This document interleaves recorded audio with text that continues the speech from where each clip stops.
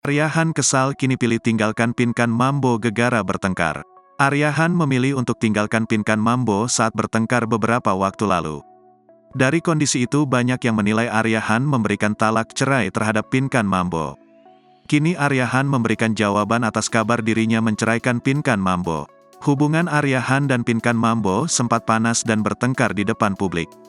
Sampai banyak yang menduga Arya Han menceraikan Pinkan Mambo. Banyak yang bilang kata-kata cerai gitu, itu enggak. Sama sekali aku nggak bilang kayak gitu. Jadi Pinkan sendiri yang ngomong kayak gitu, ungkap Arya Han. Aku tuh bilangnya, aku pergi, kita masing-masing aja lah. Pusing aku, itu bukan berarti masuk kategori talak, cerai. Kecuali bilangnya gini, aku ceraiin kamu, aku talak kamu hari ini, selesai.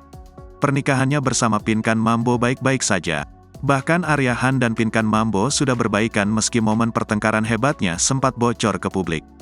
Arya Han mengungkapkan dirinya sudah meminta maaf pada Pinkan Mambo terkait dengan masalah mereka.